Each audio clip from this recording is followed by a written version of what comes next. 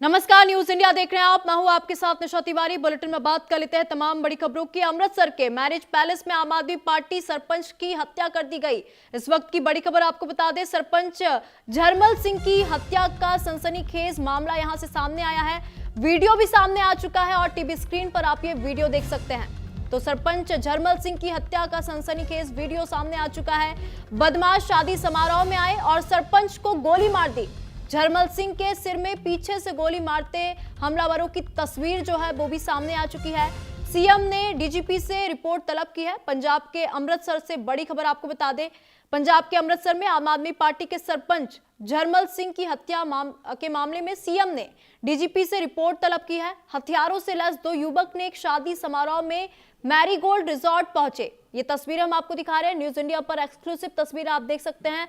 हमलावरों की ये तस्वीरें भी सामने आ चुकी है और ये हमलावर अचानक से शादी समारोह में पहुंचते हैं और पीछे से देखिए ये हमलावर जो है सरपंच को गोली मारते हैं और सरपंच के सिर पर पीछे से गोली लगती है। मौके पर ही सरपंच की मौत हो जाती है और ये हमलावर वहां पर मौके से फरार हो जाते हैं। देखिए, सरपंच जब मेहमानों के साथ टेबल पर बैठे हुए थे, इसी दौरान बदमाश आते हैं और हुडी से पिस्टल निकालकर गोली मार देते हैं। पंजाब के अमृतसर से बड़ी खबर आपको बता दें, आम आदमी पार्टी के सरपंच की गोली मारकर हत्या कर दी गई। दिन दहाड़े देखिए, शादी समारोह चल रहा है, सरपंच मेहमानों के साथ टेबल पर बैठे हैं। ये तस्वीरें भी हम आपको दिखा रहे हैं, न्यूज इंडिया पर एक्सक्लूसिव तस्वीरें आप देख सकते हैं। आम आदमी पार्टी सरपंच, जिनका नाम झरमल सिंह बताया जा रहा है, वो शादी समारोह में शामिल होने गए थे और टेबल पर मेहमानों के साथ बैठे हुए, तभी पीछे से कुछ हमलावर आते हैं, अपनी हुडी से पिस्टल निकालते हैं, बंदूक निकालते हैं, पीछे से हमला करते हैं और मौके से फरार हो जाते हैं। ये वीडियो भी सामने आ चुका है और अब पंजाब के मुख्यमंत्री ने डीजीपी से रिपोर्ट मांगी है और इस पूरे मामले की जांच पड़ताल होगी कि आखिरकार ये हमलावर कौन थे, क्यों सरपंच को इन्होंने निशाना बनाया। तो दिन दहाड़े यहाँ पे गुंडागर्दी जो है इस वक्त देखने को मिल रही है पंजाब के अमृतसर में। आप देख सकते हैं कैसे कुछ हमलावर आते हैं और सरपंच की गोली मारकर हत्या कर देते हैं। सरपंच की तस्वीर जो है वो भी सामने आ चुकी है। टीवी स्क्रीन पर हम आपको दो तस्वीरें दिखा रहे हैं। पहली तस्वीर आप देखिए, हमलावरों की हम आपको दिखा रहे हैं। वही दूसरी तस्वीर में आप देख सकते हैं ये वही सरपंच है, आम आदमी पार्टी के वो सरपंच है जिनकी मैरिज पैलेस में हत्या कर दी गई, गोली मारकर हत्या कर दी गई। और ये मैरिज हॉल की तस्वीरें भी हम आपको दिखा रहे हैं। व्यवस्था निचले पायदान तक पहुंच चुकी है। पहले अपराधी मुंह ढककर आते थे, अब खुलेआम आते हैं। बड़े भीड़ वाले मैरिज पैलेस में जहां खुशियां का वातावरण था, वहां गोली मारकर निकल जाना, ये साबित करता है कि राज्य में अपराधियों को कोई डर नहीं रहा। कभी खुलेआम खिलाड़ी मारे जा रहे हैं, कभी नेता मारे जा रहे हैं, कभी व्यापारियों की हत्या हो रही है, रंगदारी के फोन आ रहे हैं, गैंगस्टर दन आ रहे हैं। आम आदमी की जान आम आदमी पार्टी के राज में शून्य रह गई है। ये मान सरकार के कुशासन का सबसे भयावह प्रमाण है। तमाम जानकारी के साथ मेरे सहयोगी जसबीर जुड़ चुके हैं। जसबीर, पंजाब के अमृतसर से ये बड़ा मामला सामने आया है जहां पे दिन दहाड़े कुछ हमलावर आते हैं और सरपंच की गोली मारकर हत्या कर देते हैं। सबसे पहले तो आप ये बताइए जसबीर, ये पूरा मामला कब का बताया जा रहा है, क्या है पूरा मामला? मनीषा, ये कल शाम की बात है जब शादी लगभग खत्म होने वाली थी और दूल्हा दुल्हन जा चुके थे और सरपंच वहां पे खाना खा रहा था और पीछे से हमलावर आए और उन्होंने सिर के ऊपर उन्होंने गोली मारी। आपको बताते चले कि जो हमलावर थे उसके बाद सोशल मीडिया के ऊपर एक पोस्ट डाली गई, पोस्ट पे उनकी हत्या की जिम्मेवारी ली और उन्होंने ये भी बताया कि इससे पहले भी 2 बार कोशिश की गई थी सरपंच को मारने की, पर वो 2 बार बच गया। और आपको ये भी बताते चले कि सरपंच के पास अपनी पर्सनल सिक्योरिटी थी, वो सिक्योरिटी भी उसके साथ ही थोड़ी दूर थी, पर हमलावरों ने जैसे ही उसके ऊपर हमला किया और जैसे हॉस्पिटल लेके गए तो वहां पे डॉक्टरों ने उनको मृतक घोषित किया। आपको बताते चले कि सीएम भगवंत मान ने डीजीपी गौरव से इनकी जानकारी मांगी है और उन्हें बताया कि कहां तक आपकी जांच पहुंची है, क्या क्या आपने एक्शन लिया है, कहां पे आपने इनकी टीमें बनाई है। सो सारी जानकारी सीएम भगवंत मान ने मांगी और उन्होंने ये कहा कि जिसने भी ये काम किया है उसको बख्शा नहीं जाएगा और जितने भी गैंगस्टर थे उनके ऊपर उन्होंने पकड़ना शुरू कर दिया है। जी ठीक है, यहाँ पे मैं आपको थोड़ा सा करेक्ट करना चाहूंगी, मेरा नाम निशा है जसवीर, लेकिन यहाँ पे निशा। सबसे बड़ा सवाल ये भी है कि आखिरकार सरपंच को ही क्यों निशाना बनाया गया, सरपंच को ही क्यों टारगेट किया गया? क्योंकि ये तस्वीरें भी हम अपने दर्शकों को दिखा रहे हैं, तस्वीर में स्पष्ट हम देख सकते हैं कि सरपंच कुछ मेहमानों के साथ टेबल पर बैठे हुए बातचीत कर रहे हैं, तभी पीछे से हमलावर आते हैं और सरपंच को ही टारगेट करते हैं, पीछे से ही गोली मारते हुए नजर आ रहे हैं हमलावर।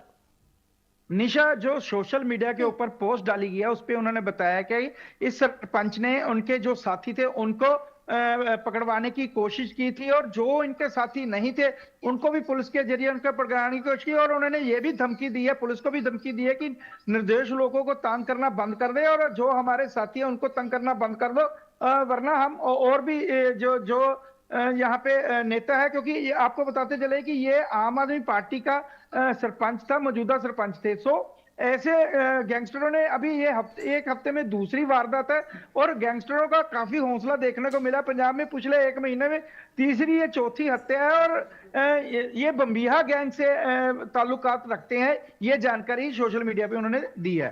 ठीक है, ये जो सरपंच है इनके परिजनों की तरफ से कुछ बयान सामने आए हैं क्या? परिजनों ने यही बताया कि इससे पहले भी 2 बार कोशिश की गई है और उनको धमकियां आती थी और रंगदारी मांगी जा रही थी। सो जैसे ही सोशल मीडिया पे ये पोस्ट डाली गई और उसके बाद पुलिस ने अपना नेटवर्क बढ़ाया और जितने भी गैंगस्टर सक्रिय थे उनका पीछा करना शुरू किया और गौरव यादव जो डीजीपी पंजाब है उन्होंने अलग अलग टीमें बनाई और टीमें बनाने के बाद उन्होंने अलग अलग दिशाओं में अपनी पुलिस भेजी है और उनका ये कहना है कि बहुत जल्द हम जो मुजरिम है उनको पकड़ लेंगे। ठीक है, तो अभी किसी की भी गिरफ्तारी नहीं हो पाई है, किसी भी हमलावर के बारे में कुछ और जानकारी निकल के सामने आई है क्या, अगर आपने पुलिस से अगर बातचीत करने की कोशिश की हो तो? बिल्कुल, अभी तक पुलिस के हाथ कोई भी मुजरिम नहीं आया और पुलिस ने अपनी अलग अलग टीमें बनाई हुई है।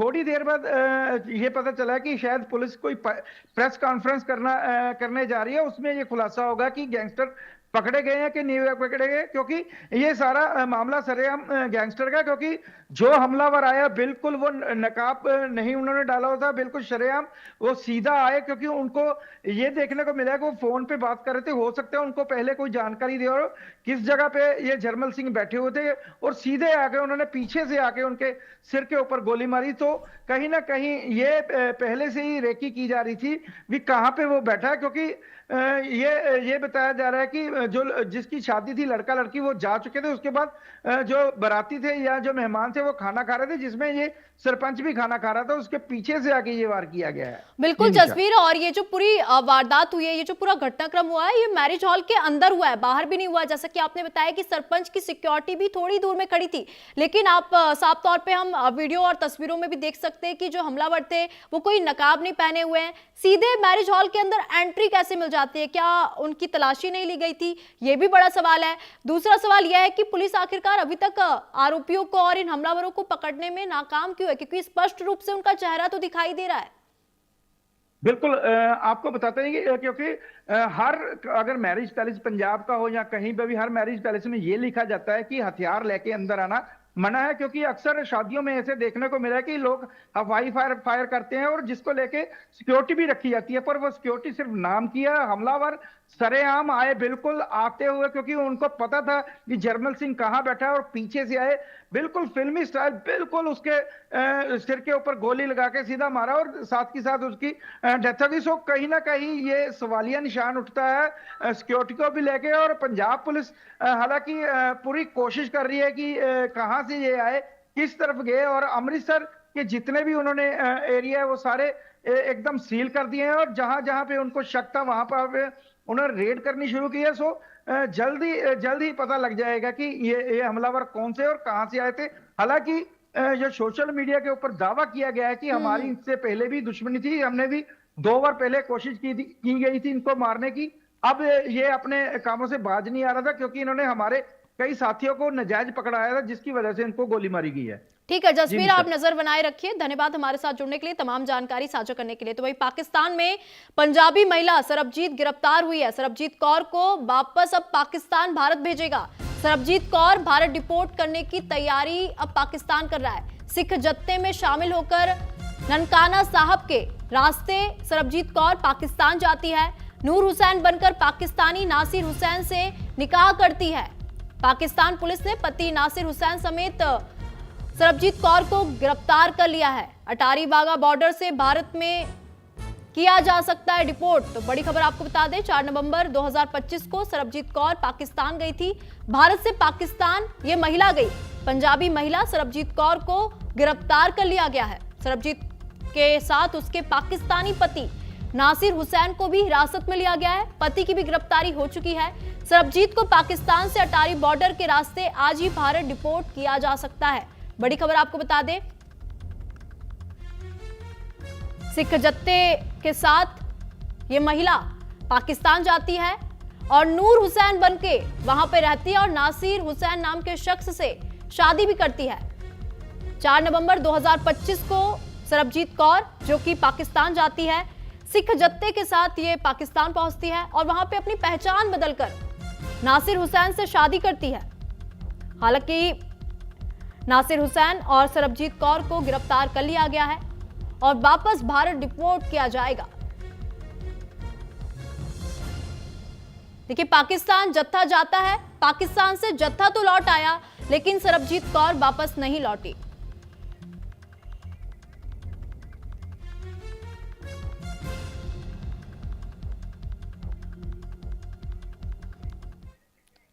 न्यूज रूम से मेरे सहयोगी आशीष जी जुड़ चुके हैं। आशीष जी, यहाँ पे एक बड़ा मामला निकल के सामने आया है जहां पे सरबजीत कौर की महिला जत्थे के साथ पाकिस्तान जाती है। जत्था तो वापस लौट आया लेकिन सरबजीत कौर पाकिस्तान से वापस नहीं लौटी। सबसे पहले तो आप दर्शकों को ये बताइए, ये पूरा मामला क्या है, कहां से इस कहानी की शुरुआत होती है? देखिए, इस कहानी की शुरुआत 9 साल पहले होती है। 9 साल से नासिर और सरबजीत सोशल मीडिया के जरिए रिलेशनशिप में आते हैं। सरबजीत की शादी हो चुकी थी, उसका तलाक हो चुका है। बताया जा रहा है कि उनके हस्बैंड इंग्लैंड में रहते हैं, उनके 2 बच्चे हैं। उन पर भारत में पंजाब में कई सारे आरोप हैं, FIR हैं।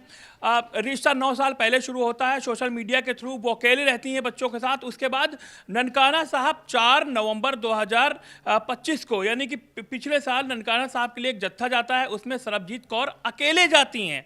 मेन बात यह है कि वो अकेले जाती हैं वहाँ पर और उसके बाद वहाँ जत्थे के साथ वो वापस नहीं लौटती हैं और गायब हो जाती हैं।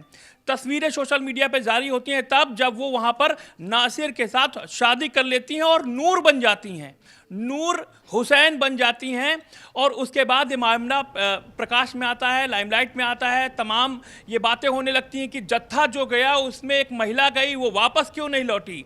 इसके बाद ये तफ्तीश शुरू होती है। तमाम भारतीय जो पंजाब पुलिस है वो सरबजीत को तलाशती है, तमाम उनके बारे में खंगालती है। तो पता चलता है कि इनके खिलाफ कई सारे मामले, धोखाधड़ी का मामला और पंजाब में दर्ज है। इसके बाद वो हालांकि कई मामलों उनको बेल भी मिल गई। इसके बाद वो पाकिस्तान चली जाती है। इस तरीके से आपको याद होगा कि अंजू जो 21 जून 2023 को पाकिस्तान गई थी नसरुल्लाह के प्यार में, और उसके बाद फिर सरबजीत का जाना तमाम सवाल खड़े करता है। अब ये दावा किया जा रहा है कि सरबजीत को जो नूर बन चुकी थी उनको पाकिस्तान अटारी वाघा बॉर्डर से डिपोर्ट कर रहा है भारत। और ये खबर है कि आज ही सरबजीत को डिपोर्ट किया जाएगा। ये बहुत बड़ी जानकारी है कि सरबजीत को जो इतने दिन, यानी कि 4 नवंबर को अगर वो पाकिस्तान जाती हैं करतारपुर कॉरिडोर से, उसके बाद नवंबर होता है, 4 नवंबर के बाद 4 दिसंबर होता है और